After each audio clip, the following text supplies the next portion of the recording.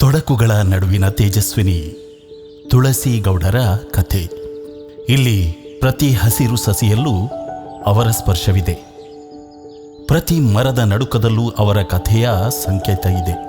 ಇದು ಅರಣ್ಯದ ತಾಯಿ ಎಂದೇ ಪ್ರಖ್ಯಾತರಾಗಿರುವ ತುಳಸಿ ಗೌಡರ ವಿಶೇಷ ಜೀವನದ ಕಥೆ. ಹಾವೇರಿ ಜಿಲ್ಲೆಯ ಒಂದು ಸಣ್ಣ ಗ್ರಾಮದಲ್ಲಿ ಬಡತನದಲ್ಲಿ ಬೆಳೆಯುತ್ತಿದ್ದ ತುಳಸಿ ಗೌಡ ತಮ್ಮ ಜೀವನದ ಕಠಿಣ ಆರಂಭಗಳನ್ನು ಸಹಿಸಬೇಕಾಯಿತು. ಶಾಲಾ ಶಿಕ್ಷಣಕ್ಕೂ ಮುನ್ನವೇ ಅರಣ್ಯದ ಜೊತೆ ಅವರ ಬೆಳವಣಿಗೆಯ ಸಂಬಂಧ ಆರಂಭವಾಯಿತು.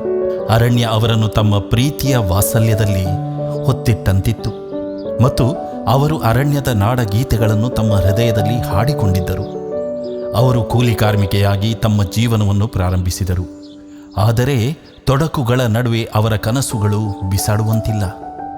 ಸಸಿಗಳನ್ನು ನೆಡುವ ಮತ್ತು ತಾಯಿ ಭೂಮಿಯನ್ನು ಸಂರಕ್ಷಿಸುವ ಕಾರ್ಯದಲ್ಲಿ ತಮ್ಮ ಜೀವನವನ್ನು ಅರ್ಪಿಸಿದ ಅವರು ಸಾವಿರಾರು ಹಸಿರು ಜೀವಿಗಳಿಗೆ ಬದುಕು ಕೊಟ್ಟರು.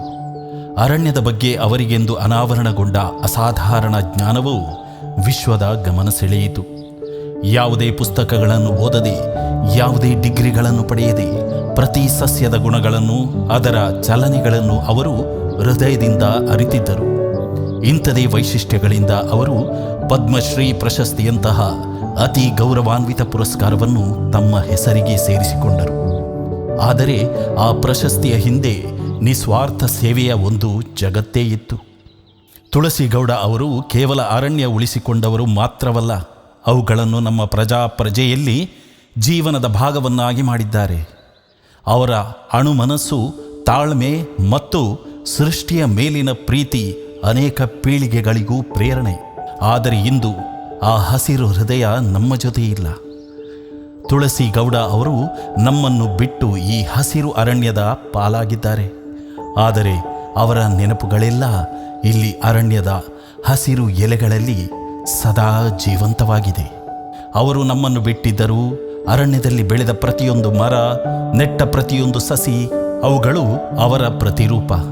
ನಾವು ಪ್ರತಿ ಬಾರಿ ಒಂದು ಹಸಿರು ಮರವನ್ನು ನೋಡಿದಾಗ ನಾವು ಅವರ ಬದುಕು, ಅವರ ಪ್ರೀತಿ ಮತ್ತು ಅವರ ಬಾಳಿನ ದೀಪವನ್ನು ನೆನಪಿಸಿಕೊಳ್ಳಬೇಕು. ತುಳಸಿ ಗೌಡರಿಗೆ ನಮ್ಮ ಶ್ರದ್ಧಾಂಜಲಿ. ಅವರು ಬಿಟ್ಟು ಹೋದ ಪಾಠಗಳು ನಮ್ಮೆಲ್ಲರ ಜೀವನದ ದಾರಿದೀಪವಾಗಲಿ.